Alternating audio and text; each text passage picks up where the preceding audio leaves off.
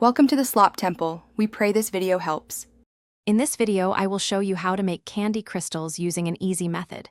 First, let's gather our simple ingredients and tools. You'll need 2 cups of sugar, 1 cup of water, and your favorite food coloring. For equipment, grab a heat-safe container, a spoon, some string, and a pencil or skewer. These items are all readily available, making this a fun and accessible project for anyone.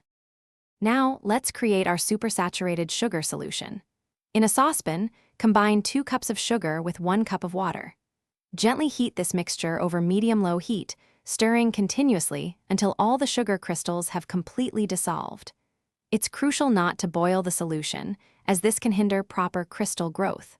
Once clear, add about 5 to 10 drops of food coloring to achieve your desired vibrant hue. With your solution ready, it's time to set up for crystal growth. Carefully pour the warm sugar solution into your clean, heat-safe container. Next, tie one end of a piece of string to a pencil and the other end to a small paperclip.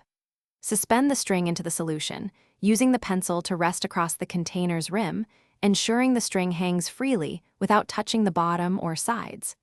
Place your container in a cool, undisturbed spot for several days. The magic begins.